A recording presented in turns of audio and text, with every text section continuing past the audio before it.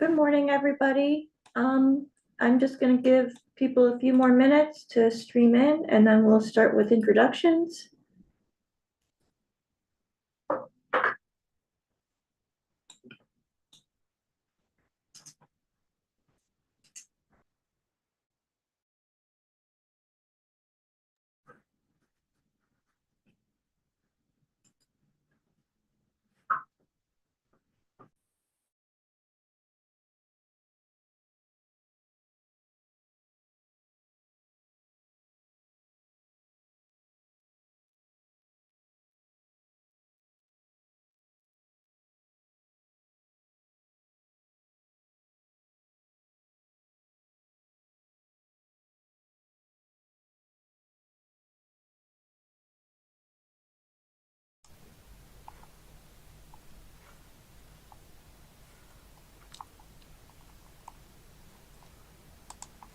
Hi everyone, just testing if you can hear me. I can hear you, Bill. All right, great. Thanks. Hi Sarah, how are you?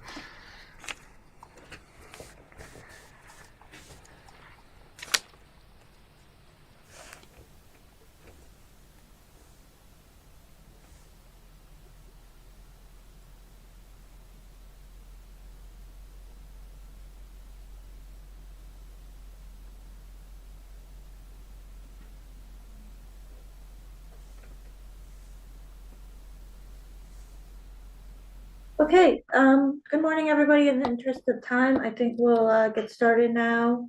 It looks like we have, I think, 4 of our towns. But I'll try to keep an eye on the attendees and let people in. Why don't we start with introductions? I'm Meghan Sloan. I'm the planning director at MetroCOG. We'll go around the room here and then I'll just name people. Hey everyone, I'm Nick Dostal, Transportation Planner 2 at MetroCOG. Good morning, everyone. I'm Simone Lashley, Regional Planner here at MetroCOG. Good morning, Stephanie Ingraldi, GIS Analyst at MetroCOG. I'm Mark Hoover, GIS Director. I'm Noah Miller, Regional Planner here at MetroCOG. Okay, great. And how about if we start with Bill Hurley? Sure, Bill Hurley, Town of Fairfield, engineer. Bill Holsworth? Hi, good morning. Bill Holsworth, Director of Economic and Community Development, Town of Monroe. George Estrada? George Estrada, Public Works Director, Town of Trumbull. Bill Mauer? Bill Maher, Town of Trumbull, Town Engineer. Andrea Races Lugo? Andrea Raíces, City Planner here at Bridgeport. Let's see. Jonathan Mullen?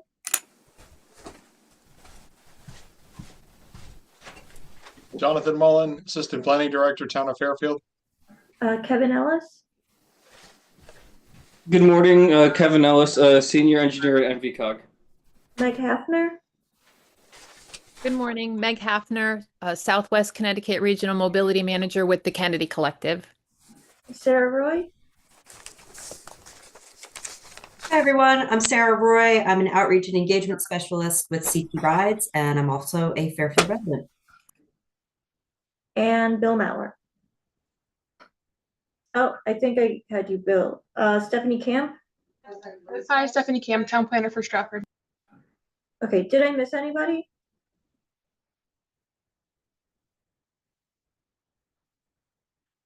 Okay, great. So the first item is the LOTSA program. If you haven't gotten your quarterly report updates to me, please do so. I need to get them to DOT this week. So that will be very helpful. I'm probably going to be sending out a reminder either later today or tomorrow for people I didn't hear from. And then a number of towns have submitted full applications to DOT. We've been meeting with DOT with some questions, and we're going to be distributing DOT comments on those applications. He's not here right now, but we recently hired an engineer in partnership with Naugatuck Valley Council of Governments. And he may be able to start to assist with some of the with developing some of the applications as well. So towns we'll work with the towns on the comments and on some on the application assistance as well. That's not all I have for the LOTSIP update. I want to thank the town of Trumbull for getting all of their closeout materials to us for their closeout projects. But are there any questions or comments people may have regarding LOTSIP or any issues that are coming up?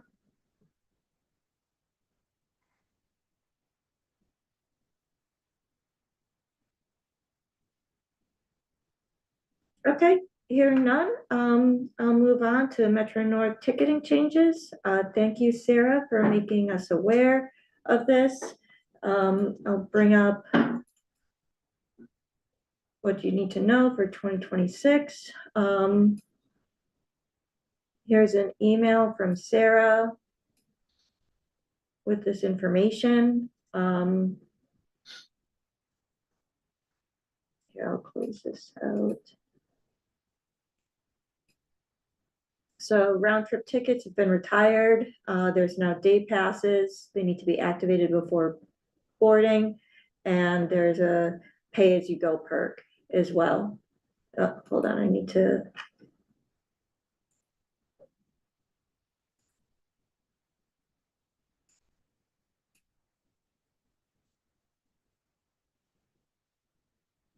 Okay, welcome Tatiana and Mark. We just got off lots of as a topic, but we can always revisit that later in the call if you have any specific questions. Right now, I'm just sharing Metro North's ticketing updates for 2026. So, are there any questions regarding this?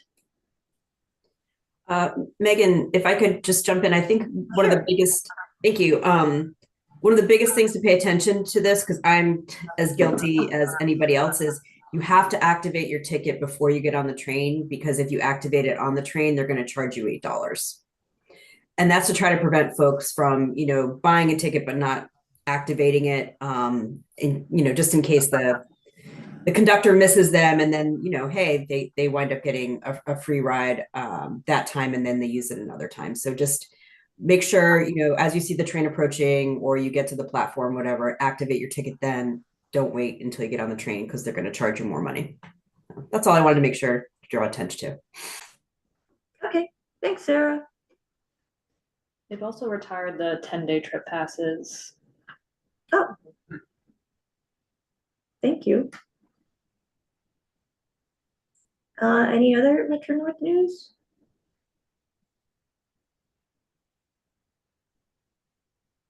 Okay. Next item is, MS4 update from MetroCOG staff. So staff here have been working on a COG collaboration group to provide support for MS4 for the municipalities. The latest draft MS4 update was released last February. Has not been finalized yet, but part of that has removed the funding for CT Nemo to provide support to the towns. So in lieu of that, the COGs are working together to kind of take the place of CT Nemo to provide resources to the towns. So we've recently been meeting monthly. We just split up into different working groups to provide support. Those groups include developing a centralized website, mapping, municipal annual report assistance. So just a reminder, the annual report is due April 1st. Drafts need to be posted on websites by February 15th. Another group is the water quality monitoring testing. We have a stormwater utility awareness and funding, public education and outreach, and municipal staff training. So those working groups have all been spun off over the last couple of months. Most have met once or twice, and then we get back together with a larger group monthly. So as we continue to meet, we'll provide any resources or information we receive to all of you so that you guys can stay up to date. And if you need any support with any of your MS4 reports or mapping, please let us know. We'd be happy to help. I don't know if anybody else we've all kind of split up on different working groups. So I don't know if anyone else has any updates from their working groups they want to discuss. Yeah, so I was part of the latest public outreach group, and Mark kind of mentioned it, but we're trying to develop sort of like a central website, working with other statewide organizations to sort of make MS4 outreach more consistent. And also we're thinking about creating some sort of quarterly statewide stormwater newsletter, or even possibly working with the towns to provide some sort of like a residential mailing about MS4 and engagement and what it's all about. We're just working through that and getting ideas. So, do any attendees have ideas or questions? Yeah, we'll welcome them.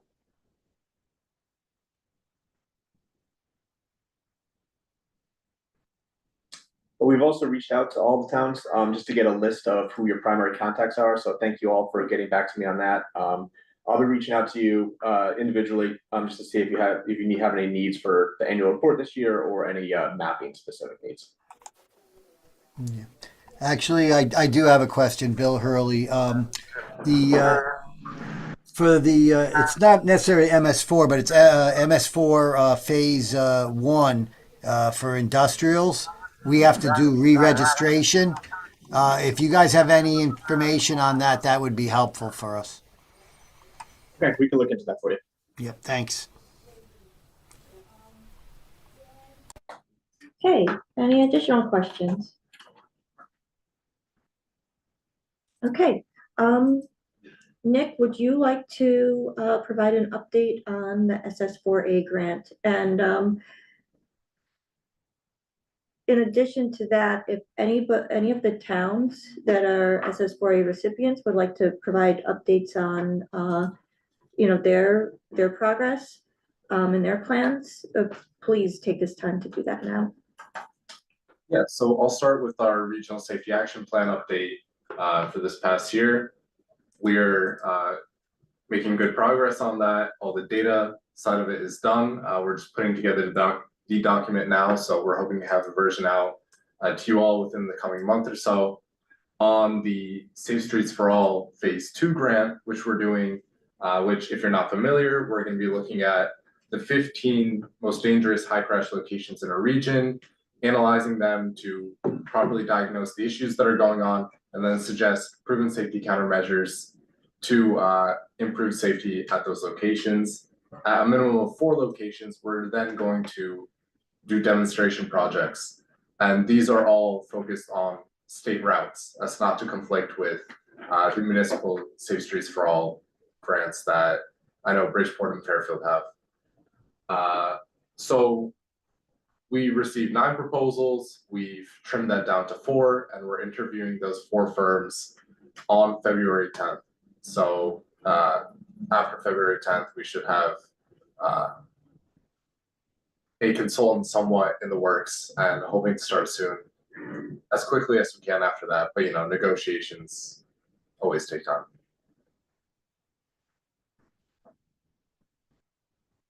Bridgeport or Fairfield, would either municipality like to provide an update? Yeah, in Bridgeport, we received the grant agreement, I think like a week or 2 ago. So we're now waiting for the grants office to take care of that, and hopefully we start our project soon. Hey, thank you, Andrea. That's great to hear. And then congratulations to Fairfield. We also learned that you received a demonstration grant. That's correct. Yeah, we were awarded a $300,000 demonstration grant, and that will piggyback on our safety action plan, which we have now a signed contract with our consultant CARP. And so, matter of fact, I believe our kickoff meeting is scheduled for tomorrow. So we hope to get that study started right away.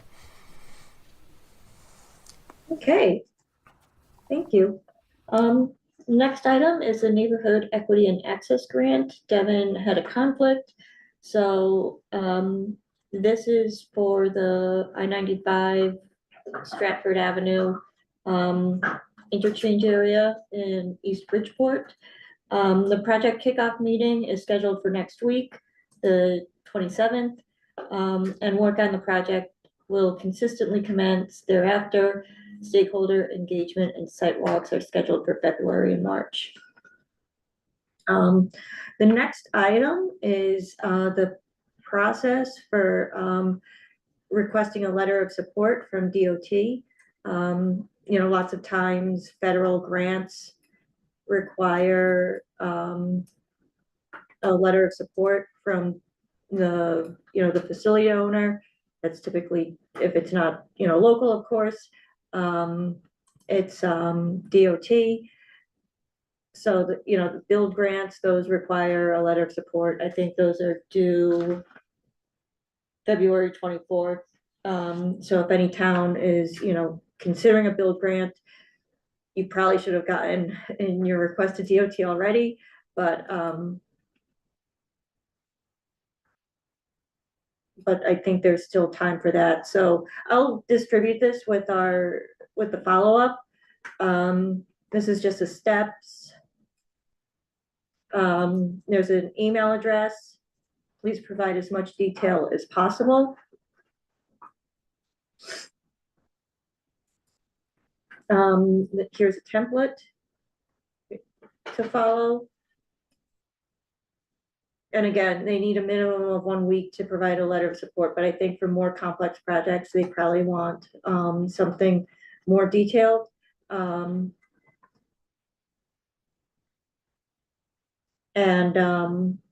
You know, they can provide some coordination and support on projects.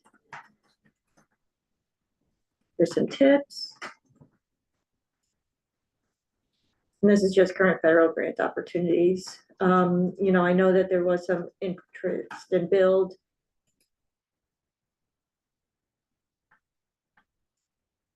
And this is how we found out about Fairfield. So congratulations again. But again, I'll distribute this with my follow-up email. So next item is DOT's Active Transportation Microgrant Program. Nick, would you like to provide an update? Yeah, so we got word the microgrant program is coming back again for this year. C2 DOT has been given $750,000, just like last year, to go out to us. So if you're unfamiliar with the Active Transportation Microgrant Program, these are grants of up to $5,000 each for municipalities, municipal departments, individual schools, school districts, nonprofit organizations within their communities to spend on non-infrastructural activities related to bicycle and pet safety. You could use this to purchase bikes, helmets, safety gear, reflective gear. One really popular item is bike racks. You could buy bike racks with it. You just can't pay for the installation. Bike repair kits, some of those Bike lockers. Not lockers, but bike locks you can buy with them. So there's a whole slew of things. In the agenda, there's a link to the website and it has the full range of what you could buy with it. So this is an awesome program. It's really light lift. The application is literally a page and it's due to us at the COG in the middle of March. I would encourage you to apply as soon as possible because last year with the same pot of money, they ran out pretty much after the second round. And we were very limited with how many applications we could send in from our COG already in round 3. So if you have any ideas of what you'd like to do, please reach out and we can strategize on what to apply for, how to do it. Because municipalities have a unique advantage in that you're able to apply from every municipal department you have. So public works, department, conservation department, all those can apply separately. Also, each school can apply separately. So every one of your middle schools, high schools. We have, I know, for example, Waterbury and Bristol, they each had all of their schools apply. So that's where a lot of the money went. And I think they're gonna try to do something like that again. So please get any applications you have in early, or if you have ideas for applications, please let me know. We'll be sending out more info on the program in the coming weeks as we approach that March deadline. Okay, thanks, Nick. Any questions for Nick? Okay, next item is US DOT's better utilizing investments to leverage development or build grants. Those are due February 24th. There's a link to the NOFO on the agenda. These applications are a heavy lift. They're very competitive. So if there's interest, it probably would have been good to have started the application some time ago. Next item is DOT's active transportation plan. I don't think there's been much movement over the past month or two. There hasn't. They've promised us that they finished the phase 2, but we haven't gotten that yet. So hopefully we get the document from them or some word on it. There's a bike ped advisory board meeting this Friday, so we'll see. But beyond that, they're moving into the final phase, which is now from winter 26 to summer 26, which is going to be talking about recommendations. And I think they're going to be doing one more round of outreach. So be on the lookout for that. We'll be communicating with you all on where it'll be when it happens. Okay, next item is the Mobility Access Working Group meeting. I'm going to share the flyer on this. This is at January 22nd at Bridgeport's downtown Borough Sadens Public Library. So let's pause this for a minute. I'm not sure where here we go.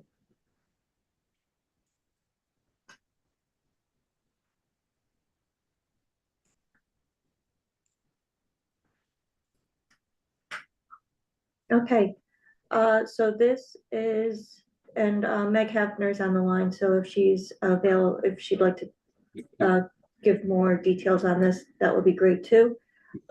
This is, I think it's part of the DOT's Human Services Transportation Planning process. Devin, Clark, and I will be attending. It's tomorrow from 1 to 2. And if there's any questions, please let me know. But there will be MetroCOG representation at this. Is anybody else planning on attending? This is Meg. Is it okay if I just say a couple words? Yes, please. Thank you very much. So yes, this is the flyer that was sent out. There are going to be, some of them have already taken place, 10 in-person focus groups. And this is the follow-up to the Lockstep survey that was disseminated in the fall, and it continues to be open. It's going to stay open until the end of the focus groups. So in January throughout the state, there are going on now the 10 in-person focus groups, and in February there will be 2 virtual focus groups. So if someone could not attend in person or the timing wasn't right, hopefully you can attend the virtual. So those dates and links will be sent out shortly. So yes, if you can attend, that would be great. We love to hear your input, your comments. Thank you. Thank you for sharing this, and thank you for having it on the agenda. I appreciate that. Yeah. Thank you, Meg. And I look forward to seeing you tomorrow. Any questions? Okay. So next item on the agenda. Okay, this is going to be pretty quick. An update on the Regional Plan of Conservation and Development. Many of the people on this call have been participating in the focus groups or the Planning Advisory Committee. based on feedback that we received, in December of last year, we spent a lot of time revising the goals and objectives and strategies. Those are being close to final now. We worked with our consultants on them last week, and hopefully we'll have something to share with focus group members soon. Any questions regarding the regional plan of conservation and development?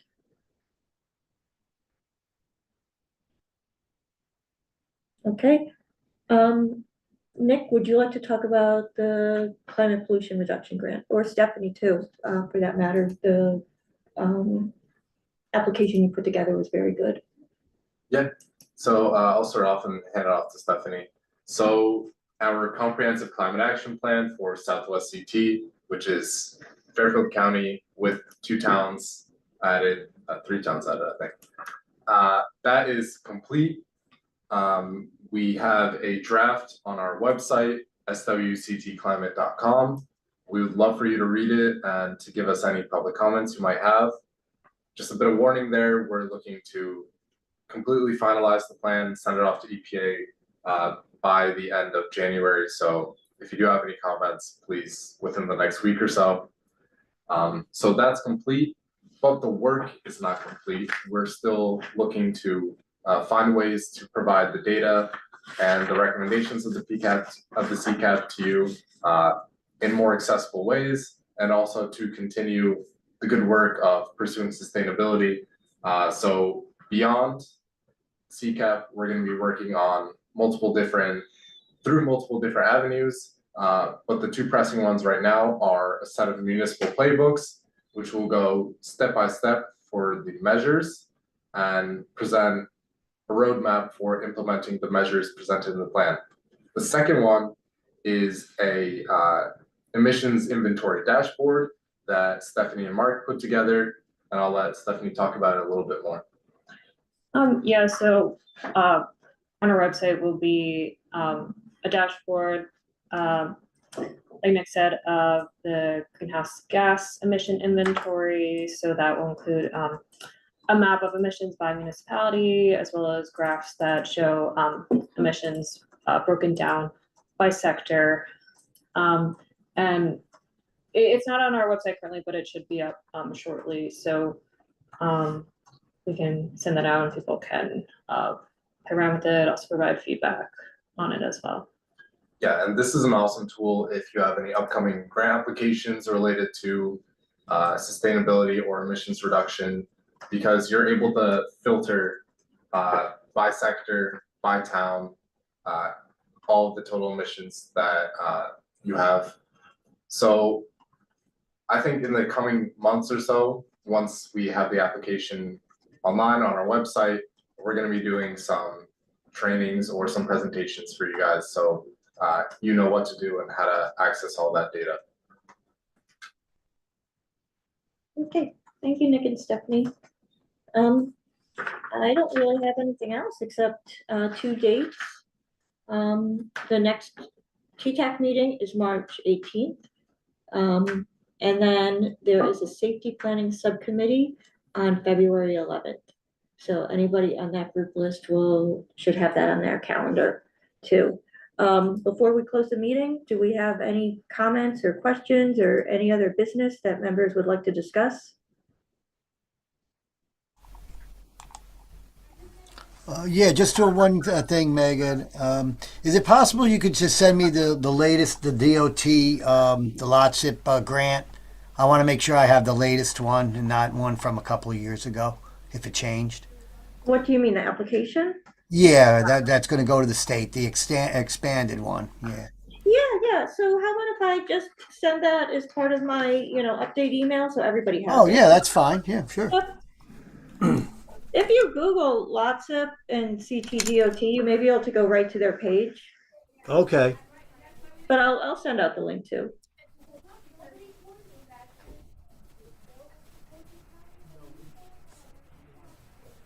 And again, we can talk with Shahadat about getting that about assisting you with those Fairfield applications too, if you're interested. Sure, thank you. And that goes for all members. Mhm. Or, you know, all towns on this call.